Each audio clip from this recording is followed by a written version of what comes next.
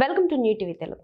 తెలంగాణ రాష్ట్రంలో కాంగ్రెస్ అధికారంలోకి వచ్చి ఏడాది పాలన పూర్తవుతున్న సందర్భంగా కాంగ్రెస్ ప్రభుత్వం నిర్వహిస్తున్న ప్రజాపాలన విజయోత్సవ సభకు వరంగల్ ముస్తాబైంది. హనుమకొండ ఆర్ట్స్ కాలేజ్ గ్రౌండ్ లో ఈ సభ నిర్వహిస్తున్నారు. సభ వేదికకు ఇందిరా మహిళా శక్తి ప్రాంగణంగా పేరు పెట్టారు. ఈ సభకు ముఖ్యమంత్రి రేవంత్ రెడ్డి ముఖ్య అతిథిగా హాజరవుతున్నారు. వరంగల్ పర్యటనలో భాగంగా సీఎం రేవంత్ మధ్యాహ్నం 2:30 హయగ్రీవ చారి గ్రౌండ్ లో ఏర్పాటు చేసిన హెలిప్యాడ్ కు చేరుకోనున్నారు.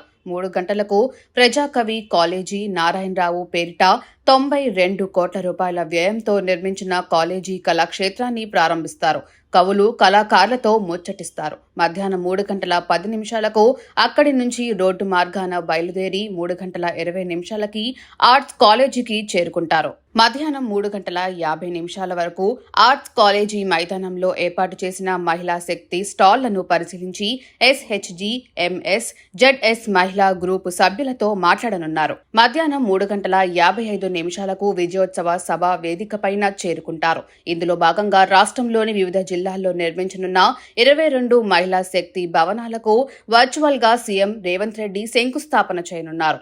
రాష్ట్రంలో 10 జిల్లాల్లో ఇప్పటికే ఈ భవనాలు ఉండగా మిగిలిన జిల్లాల్లో కొత్తగా నిర్మించనున్నారు. ఎంజీఎంలో ఏర్పాటు చేసిన ట్రాన్స్జెండర్ క్లినిక్ ను ముఖ్యమంత్రి వర్చువల్ గా ప్రారంభిస్తారు.